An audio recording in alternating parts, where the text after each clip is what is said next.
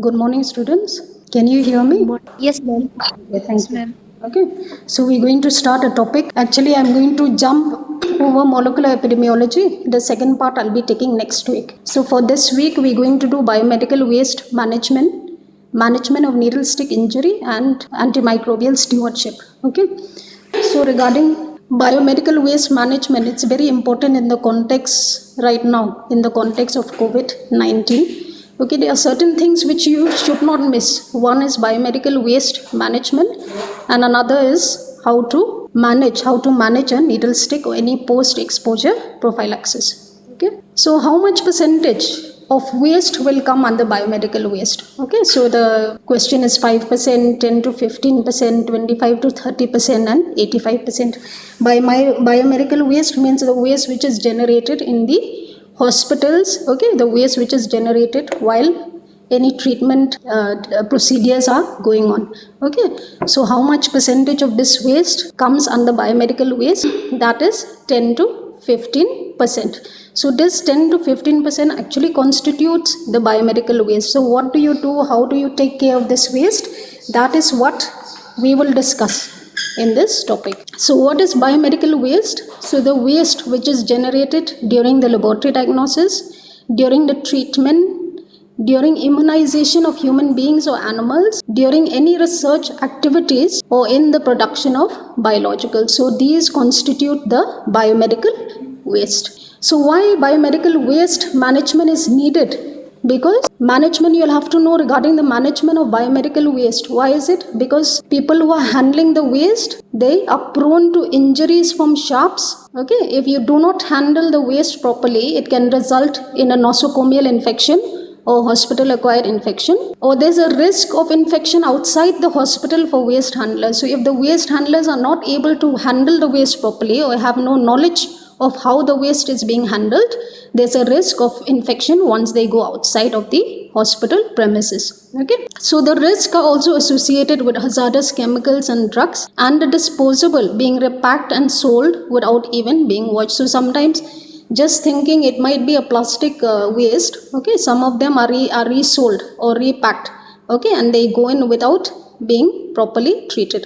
So that is very wrong. And also there's a risk of air, water, and soil pollution. So because of all these factors, biomedical waste management is very much needed. So in developed countries, if you look at developed countries, they generate along approximately 1 to 5 kgs of waste per bed per day. Okay, whereas in India they generate 1 to 2 kg of waste per bed per day. So what is the life cycle of the waste management? Okay, so first of all, there's a generation of waste, like I've shown you in the previous slide, approximately 1 to 2 kgs per bed per day in a developing country like us. So there will be generation of waste, means waste is being generated at the site. Okay, so once waste is being generated, what do you do with the waste?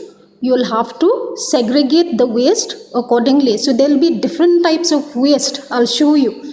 So your means the thing, the what is important is that the waste has to be segregated properly. Okay, so once the waste is segregated or is separated into different categories, it is being collected. Okay, so there's a collection, then finally it has to be transported to an interim storage. Interim storage means before the final waste or before the terminal disposal is done, it is kept maybe in a shed which is made. So different colored waste are being kept. There will be partitions in between where the different colored waste are being kept in the interim storage. Finally, this particular waste is being treated, because if there's a possibility of treatment of the waste, it is being treated before you actually dispose it. So disposal can be either burying of the waste, or it can be incineration of the waste, okay, or it can be recycling of the waste. So these factors are very, very important. And you can see the importance of a waste handler. A waste handler is needed for every point. A waste handler is actually needed for every aspect of the waste management. Okay, so what is important is that a waste handler should wear protective personal gear. It consists of a cap or head cover, face mask, plastic apron, thick rubber boots, and gum boots. Okay, so these are the gumboots. Okay, so I'm going to teach you biomedical waste management as per 2016. Of course, there'll be certain, this was a major, means a major change which has happened regarding the biomedical waste management. It happened in 2016. So this is followed, but there are certain additional changes which happen in 2018. So I'm going to tell you regarding those changes. Okay, so the waste are usually classified into different colors. So there's a category of a yellow waste, there's a category of a, okay, so the waste is classified into a yellow waste, into a red waste, into a white waste. White waste will, where all the sharps will go into, and a blue category of waste. So coming to the yellow waste, what waste comes under the yellow category? Okay, so human anatomical waste, animal anatomical waste, soiled waste. Okay, soiled waste means blood stained clothes. Okay, blood stained PPE will come under soiled waste. Expired or discarded medicines or cytotoxic drugs. Sometimes they are expired medicines, so you have to actually throw it, but which bin will you choose for throwing? So you have to remember that expired medicines will go into the yellow bin. Okay, so certain chemical waste, certain chemical liquid waste, discarded linen contaminated with blood or body fluids, and microbiology waste. So anything which is generated in the microbiology laboratory, because we usually handle with infectious waste, so that will go into the yellow category. Okay, so the types of bag or the container, so they'll actually, you've seen it in the hospital, there's an yellow bin. Okay, and inside the yellow bin there will be an autoclavable yellow bag. So that will be the type of container you'll throw into. And the treatment will depend. Usually the yellow waste, if it can be incinerated, or if there's an incinerator in the hospital facility, then we go in for an incineration. Or other modalities such as plasma pyrolysis, deep burial can also be done, autoclaving or hydroclaving. So for example, if you look at the microbiology waste, what we do is, as much as possible, we try to autoclave, since we have autoclaves in the department as compared to other departments. So we try to autoclave the waste before the waste handler actually comes to collect the waste. So that way we ensure that at least he or she is getting some protection. Okay, so that there'll be less chance of having a hospital acquired infection. So these individual items, let's see individual items. Okay, so which can go into the yellow bag. Examples are bandages, gauze, swabs, linen, blood bag. Remember, a blood bag will go into a yellow bag. Okay, a blood bag is waste which is generated in the blood transfusion unit, so that will go into the yellow bag. Disposable caps, aprons, face mask, means the PPE except for the gloves, that will go into the yellow bag. Okay, so the bed protection pads, body parts, dead fetuses, discarded medicines, expired drugs, even cytotoxic drugs. So in case of cytotoxic drugs, what we do is that we have a separate bin. Okay, it definitely goes into the yellow bin, but there will be a separate marking. There will be a cytotoxic mark. Okay, which is, there will be a cytotoxic label on the yellow bin. Okay, so for all the other categories, it'll be a separate yellow bin. But for cytotoxic drugs, in addition to that, there'll be a cytotoxic symbol which will be on the bin. So all the cytotoxic drugs will go inside the bin. So the other items which will go into the yellow bag are laboratory cultures, stock specimens of microorganisms, vaccines will go into that, cotton balls, chemicals, used kits, HIV, for example, HIV kits, hepatitis B kits. Okay, those rapid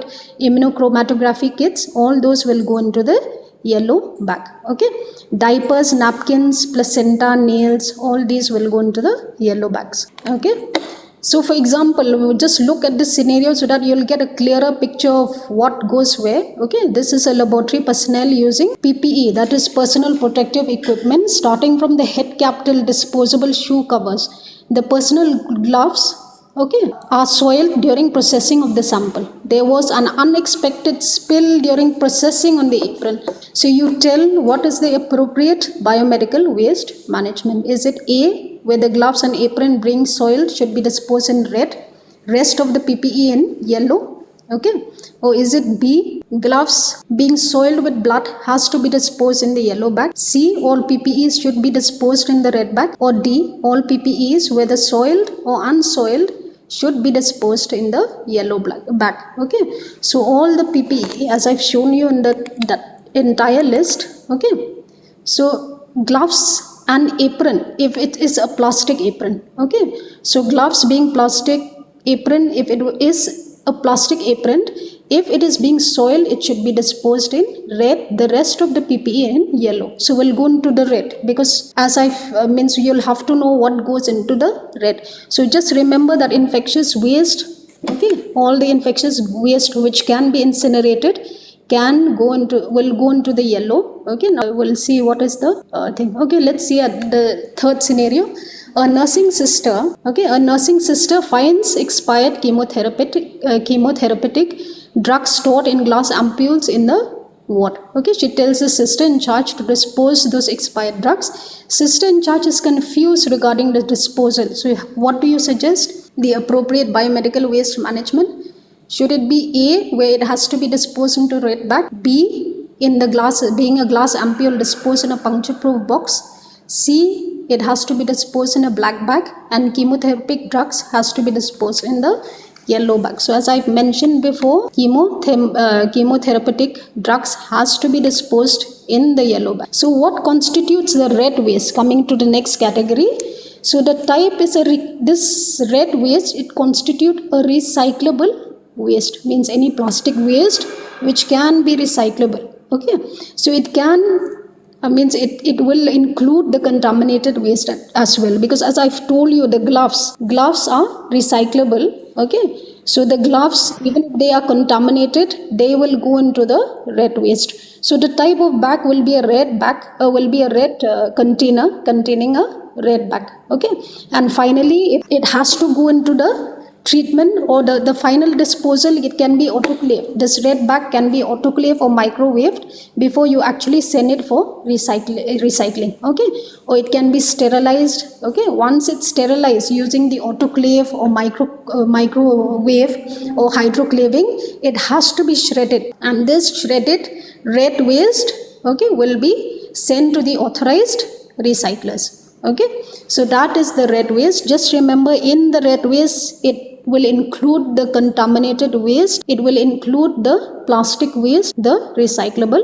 waste. Okay, next category is the white category, which is translucent container.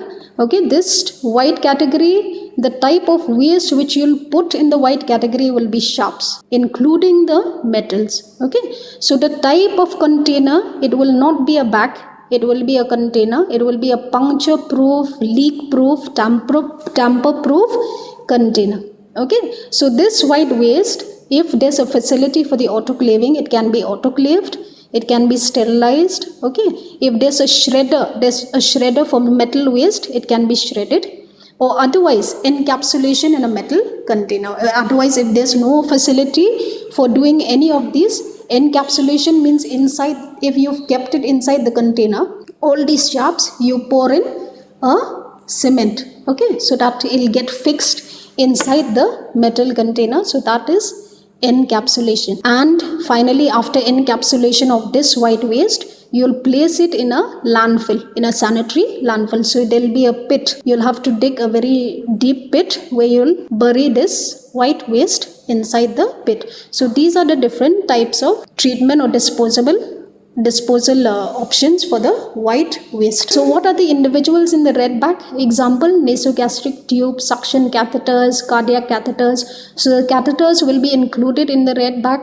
Blood set, I'm not saying blood bag will go into the yellow waste, but the blood set will go into the red bag.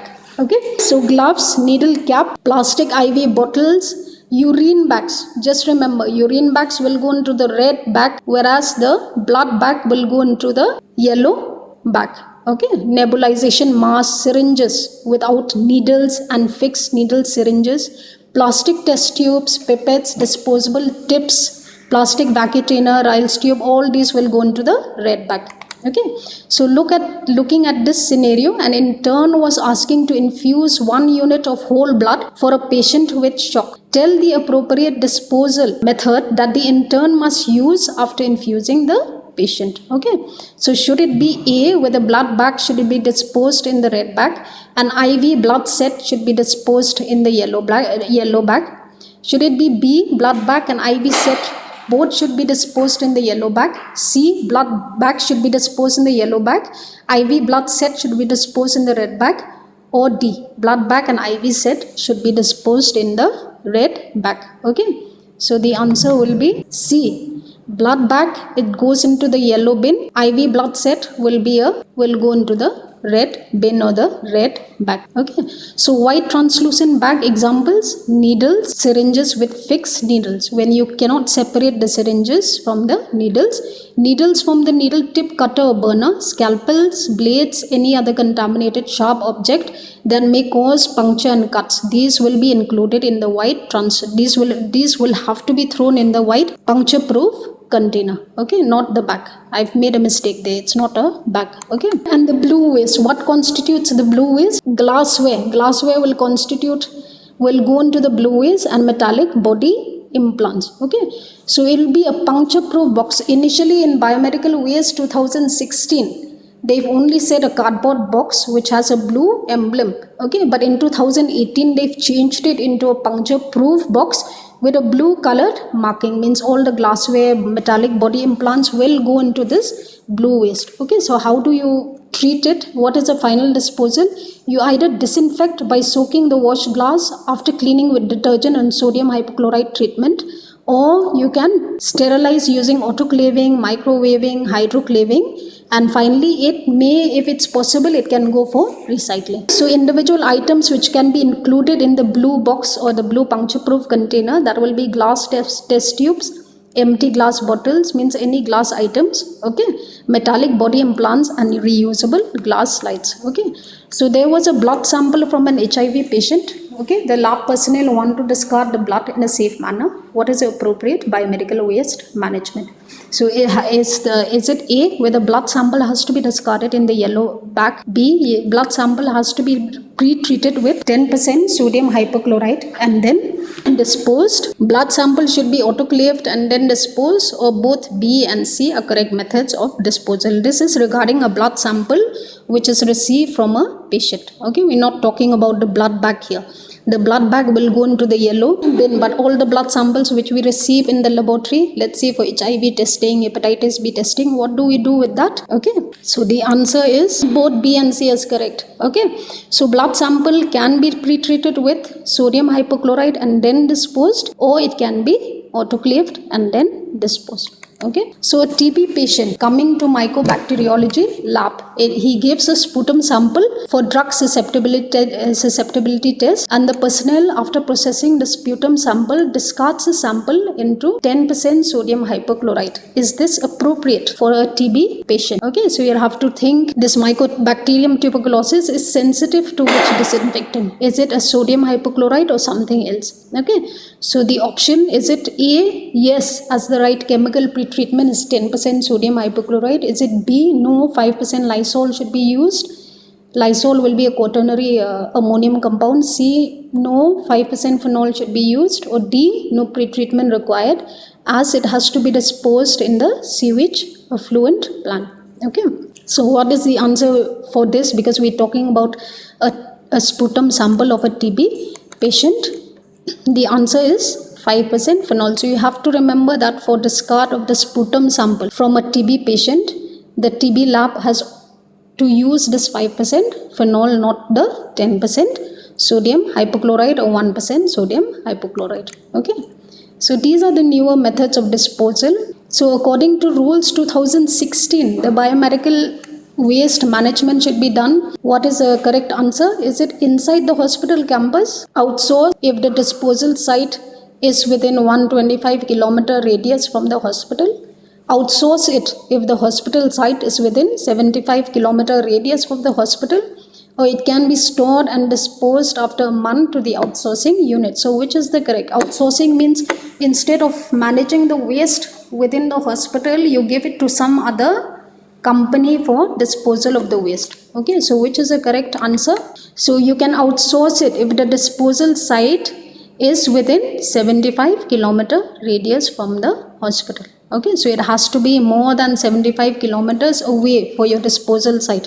For example, if you make an incinerator, it has to be more than 75 kilometer away from the hospital premises. So the waste hierarchy, this is a favored option where you reduce the waste. You try to always reduce the waste, reuse the waste. That's why most of the items in red, it's going for recycling, and some of the items in blue can be done for,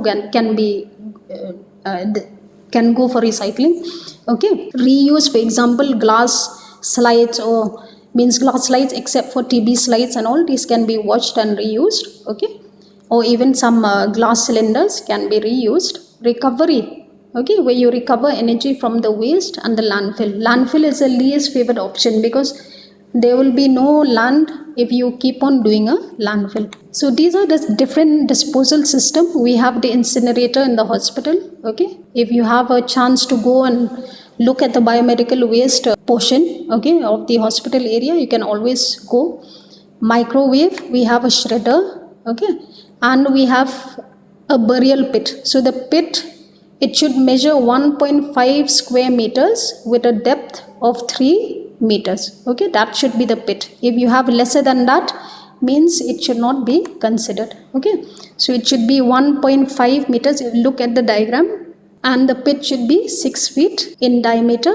Okay, and should be very deep. So even from the water level, the underground water level, that pit should be not less than 6 meters. Okay, so you should not dig the pit too deep also, so that it touches the water level, it reaches a water level. Okay, so this is sewage treatment plant. Okay, which among these waste is not included under biomedical waste? Expired medicines we have come across, so definitely that is included in the biomedical waste. Laboratory cultures is included, but are lead acid batteries and e-waste included? No, they are not included. So C and D have not been included in the biomedical waste 2016 or even 2018. Okay, so what are the bags? I've told you each and every bin should have a colored bag. Okay, yellow bin should have a colored yellow bag, etc. Okay, so the bags which can be used for biomedical waste management should be A, plastic or chlorinated,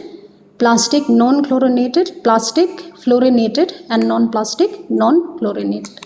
So they should be plastic non-chlorinated, otherwise it will be unsafe for the environment if the chlorine gas is emitted.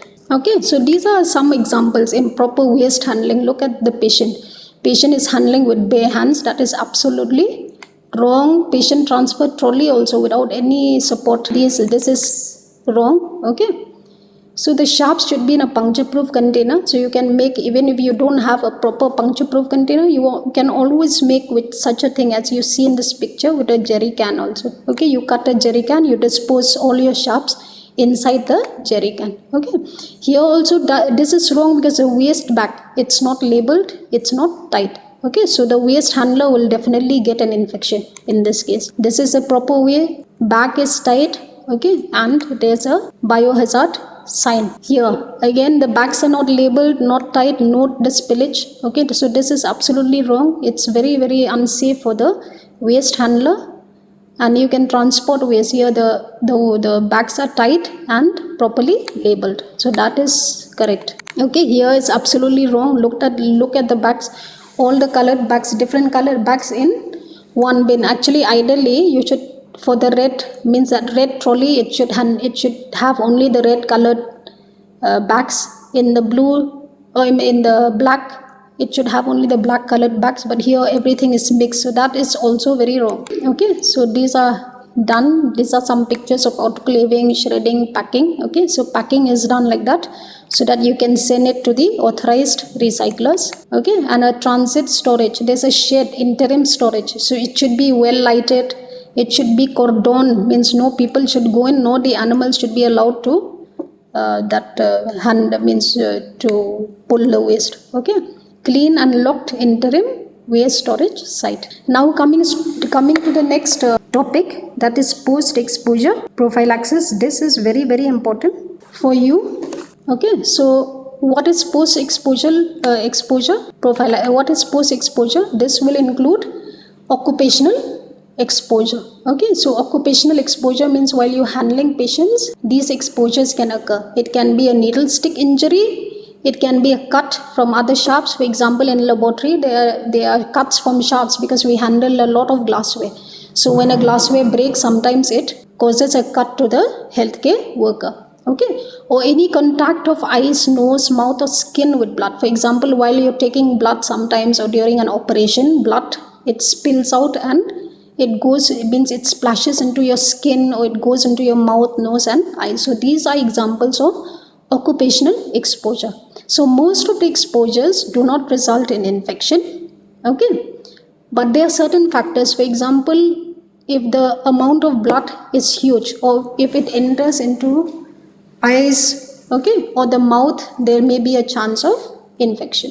Okay, so what are the important infections associated with an exposure to contaminated blood? So these are the infections people are usually scared the most about. HIV infection, but bloodborne infections can also be as a result of means in case of viral hepatitis. For example, hepatitis B virus, that is the most common, hepatitis C virus, hepatitis G virus, and delta agent. Okay, but bloodborne infections can also result from malaria and can also result in malaria and syphilis. Okay, so these are the potentially infectious body fluids. So those are the high risk. Okay, which are the body fluids? When there's an occupational exposure to these body fluids, the person is more at risk of getting an infection. Okay, that will be blood, exposure to blood, exposure to semen, exposure to vaginal secretions, exposure to CSF, to fluids, synovial and peritoneal fluid, amniotic fluid, and other fluids which are contaminated with visible blood. For example, urine may be contaminated with visible blood. Okay, so that will come under high risk exposure. But those exposure to body fluids which are considered not at risk, those will be tears, the sweat, exposure to urine, provided the urine is not contaminated with blood. Okay, saliva, sputum, vomitus, these are not at risk body fluids. Okay, unless these secretions contain visible blood. So what are the increase? So there's always, when you look at a history, there's usually certain situations where there's an increase. It will lead to an increased risk of needle stick injury. What are these? Recapping needles. Look at the first picture. Okay, you should never recap like that. It should be a single hand recapping of the needle. So when it's recap like that, that increases the risk of a needle stick injury. Okay, transferring of body fluids between containers. So when you transfer body fluid from one container to another, handling needles or sharps after use, failing to dispose of used needles in puncture resistant containers. For example, if you don't put the needle in a puncture proof container or it's being kept someplace, okay, there's a risk of getting an needle stick injury. And poor health based management practices. Okay, so the agents, okay, and look at the agents and the risk of transmission. But even though people are mostly afraid of HIV, look at the risk of transmission in case of hepatitis B. Okay, so if there's a needle stick injury from a patient having hepatitis B, there's a 5 to 30% chance of the risk of transmission. Okay, so if you get a needle stick injury from a patient having hepatitis C, there's a 3 to 10% chance of the risk of infection.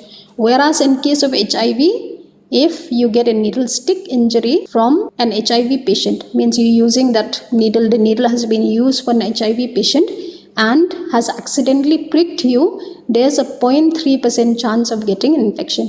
Whereas if there's a splash, okay, of blood of an HIV patient during operations, if there's a mucosal splash, there's a 0.09% risk of transmission of HIV to the one who's got the injury. Okay, but people are mostly afraid of HIV and they are not very much afraid of hepatitis B. Whereas looking at the statistics, you'll see the risk of transmission is highest in case of hepatitis B, then comes hepatitis C, and next comes HIV. So what do you do after post exposure? After such a risk has occurred, what to do?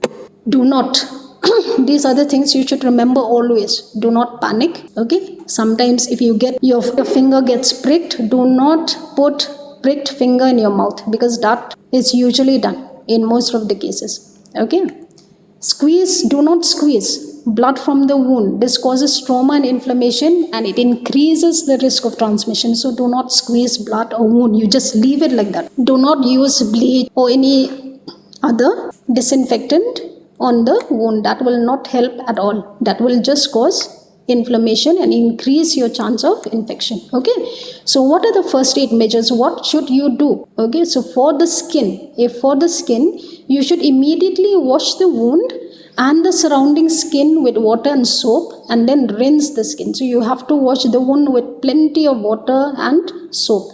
Do not scrub, and do not use antiseptics or skin washes. So simply with water and with soap and water, you'll have to wash the skin. Now coming for the eyes, what do you do for the eyes? You immediately irrigate the exposed eye thoroughly with running tap water or normal saline for at least 5 minutes for the blood splash. So blood splash can occur during operations. So if such a splash has occurred, what do? You clean your eyes. You keep on splashing water in your eyes for approximately 5 minutes. Okay, and in case you've been exposed to a chemical splash, for example sodium hypochlorite, which you use in the hospital every time, that has entered your eyes, what do? You do it for 15 minutes, okay, with water. So if wearing contact lenses, do not remove them at that time. You leave them in place while you're washing your eyes. So once your eye is cleaned, remove the contact lens and clean them in a normal manner, and do not use soap or disinfectant on the eye. Just remember, splash your eyes with water for 5 minutes, and if it is a chemical spill, splash for 15 minutes. Do not remove your contact lens until you finish irrigation of your eyes. Okay, for the mouth, spit the fluid out immediately. Rinse the mouth thoroughly using water or saline and spit again. Repeat the process several times. Do not use soap or disinfectant in the mouth. Sometimes people get desperate and they tend to swallow whatever they could find. Okay, so check for the source status. So what you have to do is that you check for the patient, okay, from where the exposure has taken place. If the patient is negative, so what you'll have to do is that what we have to do is that for both the source, look at the third point, you'll have to test for the HIV antibody, hepatitis C core as hepatitis B, hepatitis C antibody and hepatitis B surface antigen for both the source and the healthcare worker. Okay, why we have to do that? Because you'll have to establish a baseline status to know that the health worker is not suffering from any of these before. So once the exposure has occurred, testing should be done for all the three: HIV, hepatitis B, as well as hepatitis C. Okay, the healthcare worker has to be tested, including the source. Okay, so looking at the first point, if the source is negative, so do not take the first dose of post-exposure prophylaxis, and you will have to repeat to the designated officer in charge. So I've given the name of Dr. Jamil, who is in medicine. He's the assistant professor. He's actually in charge of any exposure, okay, of any exposure. So once there's an exposure, be it a needle stick injury or a fluid exposure, you'll have to contact Dr. Jamil so that he can assess what you'll have to do next. Okay, so if the source is positive for HIV or unknown, then you go into the emergency. Means you'll have to go to the emergency or Dr. Jamil to tell that you got a needle stick injury, okay, of a patient who is suffering from HIV. So you have to inform the emergency or even Dr. Jamil. Okay, so if the health care worker is prior vaccinated, then check for the hepatitis B antibody titer. Okay, so for HIV, this is as per the NACO guidelines. What do? If the patient you had got needle stick injury from has HIV, so what you do is that the post exposure prophylaxis should be within 2 hours and certainly within 72 hours. It should be continued for 28 days in all source positive and source unidentified cases, regardless of risk of exposure and CD4 count of the source. So this is as per NACO guidelines. So if you don't know the source is identified, or if the source is a positive source, then means unidentified means that you've got, suppose all the needles are somewhere else and you've got a needle stick injury from that particular place, so you do not know which needle is belonging to which patient, so that will be a source unidentified. So for that case also you'll have to go in for a post exposure prophylaxis, which should be taken within 2 hours and certainly within 72 hours. That's why it's very, very important to contact the nodal officer in charge of these exposures, okay, of needle stick injuries or in charge of any occupational exposure. So what do they give for this post exposure prophylaxis? They give this tablet tenofovir 300 milligrams plus lamivudine 300 milligrams plus efavirenz 600 milligrams. So it'll be TLE. Okay. So once daily for 4 weeks. So monitoring. Now you'll have to monitor the status of that particular patient. So the HIV testing follow-up should be done, or even for that particular patient as well as yourself, should be done at 6 weeks, 3 months, 6 months after the exposure. And the hepatitis B virus and C should be follow up at 3 months and 6 months after exposure. Okay, so you'll have to go for repeated testing of these for HIV as well as hepatitis B and C. So this is in case of vaccination, post exposure prophylaxis. Okay, for vaccination, when do vaccination help you? So if it is an unvaccinated person, okay, and the source means that patient is positive, hepatitis B antigen positive, then you'll have to get an immunoglobulin. And if the source is negative, then you'll have to start vaccination. If you've not been vaccinated before, you'll have to be vaccinated. Okay, and if the source is unknown also, you'll have to initiate vaccination. Okay, now looking at the other point, can you see responder to the vaccines? Responder means a person who's already responded to a hepatitis. For example, you've taken a hepatitis B vaccine. Okay, so what you have to do after the third, means there'll be 3 doses of the vaccine. Okay, 2 months after the third dose, you'll have to test for your antibody titer. That is antibody to hepatitis B surface antigen. So if your titer is above 10 international units, then you are a responder. But if your titer has not, means it's not going up, your titer is coming below 10, means you are non-responder. So a person who's been vaccinated before and known to be a responder, then you'll not need any treatment. But if a person who has been vaccinated before and is a non-responder, then they'll have to go in for repeated testing. Okay, so look at the queries. Okay, these are some queries. Who should get vaccinated against hepatitis B? Answer: all healthcare professionals whose work or related activities have anticipated risk for exposure to blood or body fluids. These have to be vaccinated against hepatitis B. And the vaccination, there are 3 doses of vaccination: 0, 1 and 6 months. Okay, so if you have not been vaccinated before, kindly go in for the vaccination against hepatitis B. Okay, so when to get vaccinated? It should be completed before the training or job. Okay, ideally it should be before you join your medical college, or it should be before, even if you have not done that, it should be before your internship. So that will be, means that is the ideal time to get vaccinated. Okay, before you actually go in for the training or the job, you should get vaccinated. Okay, what in case of incomplete dose? Suppose some people have already got 1 dose, you need 3 doses for that. Okay, you've been vaccinated with only 1 or 2 doses. What do? So the vaccine series, it should be continued. Means after you've had 1-2 dose, you get your 3rd dose done. Okay, so when to check for hepatitis B surface antibody titer? When do you check this? I told you after the last dose, that is after 6 months. You'll take a dose 0 months. Okay, you'll take after 1 month, you'll take another dose. Then after 6 months, you'll take your 3rd dose. Okay, then after your 3rd dose, 2 months later, you'll be checking for your hepatitis B surface antibody titer. Okay, so when immunoglobulin is received along with vaccination, okay, suppose sometimes due to a post exposure, as I've shown you during post exposure prophylaxis, when the source is unknown, okay, or the source has hepatitis B, you'll be getting an immunoglobulin along with your vaccine. So when such a thing happens, you'll have to test for this titer after 4 to 6 months to avoid detection of passively administered anti-hepatitis B surface antibody. Okay, and this, see, anti-hepatitis surface antibody of more or equal to 10 million international unit per ml is considered as protective. Lesser than that, you are not protected and you are not a responder. Okay, so who is a non-responder? A healthcare worker who is not protected after 2 vaccine series. Means you've had a non-responder will be one. Suppose you've had the full course of vaccine, okay, 0, 1 and 6, and then you've tested, but your antibody titer is less than 10.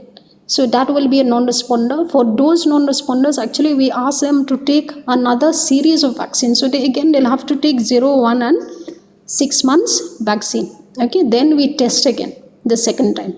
Okay, so when we test again the second time, if the level has not increased, the antibody level has not increased, then we consider them to be non-responders. So that is the thing. This is regarding the post-exposure prophylaxis. Okay, and the third topic is actually dealing with resistance, that is antimicrobial stewardship. Okay, you've seen in the center, look at the center, the square. It will include surveillance, antibiotic policies and guidelines, antibiotic management and programs. Okay, so why do we have this antibiotic stewardship program? So that you'll prevent spread of resistant organisms and as well as reduce the usage of drugs. Okay, because why do we have to do that? Because there's a lot of misuse and overuse of antibiotics. So there's a dry antibiotic research right now. There'll be no antibiotics left by 2035 because research activities means we have no other drug to combat the multi-drug resistant organisms. Okay, so it has caused a huge financial burden. So the government of India has considered this antimicrobial stewardship program as a top priority because they want to reduce the level of infection from these multi-drug resistant organisms, as well as they want to they want to reduce the usage of antibiotics. Okay, so if you look here, it's a rising threat. See the antibiotics which have been introduced throughout the years, you've seen that the resistance has developed to all the antibiotics which are listed here over the period of years. So if you look at tigecycline in 2000, the resistance has developed even to tigecycline.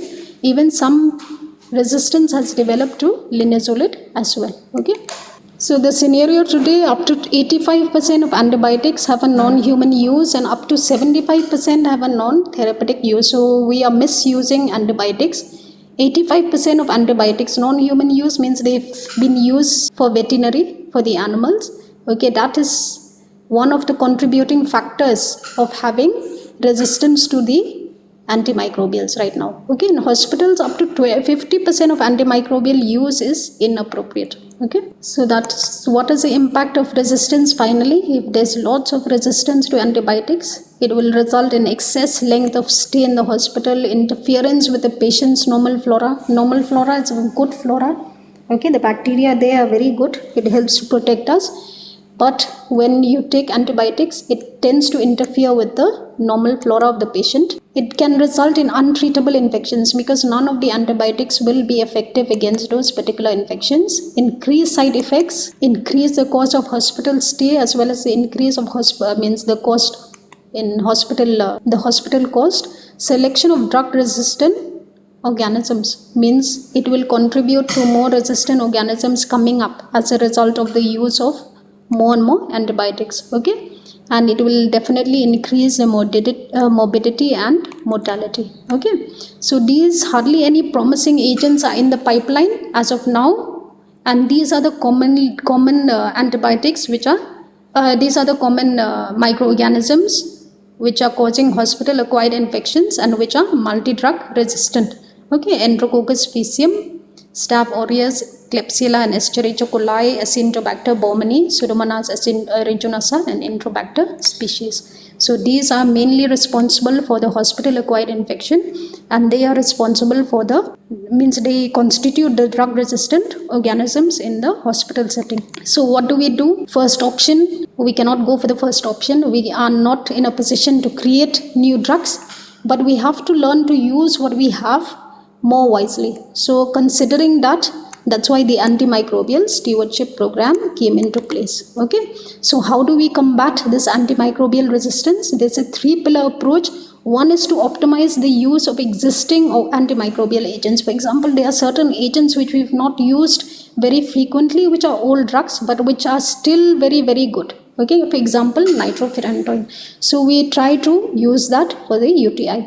Prevent the transmission of drug-resistant organisms to infection control. So infection control has come up, and that we are doing surveillance programs to see whether antibiotics are being used, and to see NIGRIMS also participating in a national program to limit the use of the antibiotics. Okay, and improve environmental decontamination. So what is antimicrobial stewardship defined as? It is defined finally, okay, when all these factors, means there are many arms of the antimicrobial stewardship.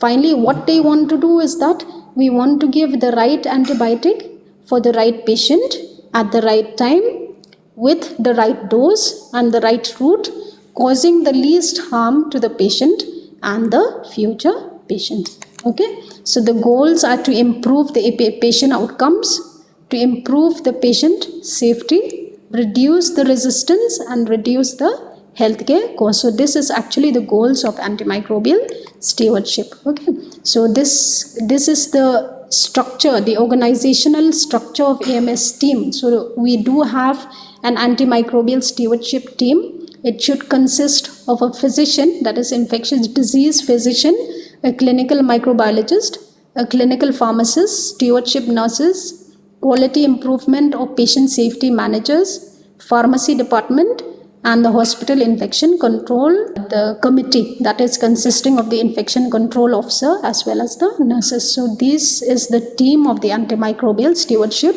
program, which aims towards the 4 goals which are set up for the antimicrobial stewardship program. Okay, so what do we want to do? What do we aim to do in this antimicrobial stewardship program? There should be an administrative support or leadership that is usually provided by the medical superintendent, the director. Okay, director is very, very important to support such a program. Okay, so number 2 means the situation has to be assessed, because if the manpower is less, then this program would not help. Okay, so supporting infrastructure has to be there, supporting manpower has to be there. Okay, AMS team has to be set up, and antibiotic policy has to be framed, because antibiotic policy, so that everybody follows that policy to ensure that unnecessary antibiotics are not given to the patient. Implement AMS strategies. So there are different strategies, front end, back end strategies, and educate and train. So the principle means one should always educate and train the young doctors that not to overuse, not to give too much antibiotics, and the antibiotics should be given appropriately. Okay, so one thing about the antimicrobial stewardship program is this one. It's let's salvage our war against multi-drug resistant organisms before it is too late. Okay, so that is a principal purpose of having this antimicrobial stewardship program. Okay, so thank you very much. You keep safe, stay safe, and hope to see you all soon. Thank you.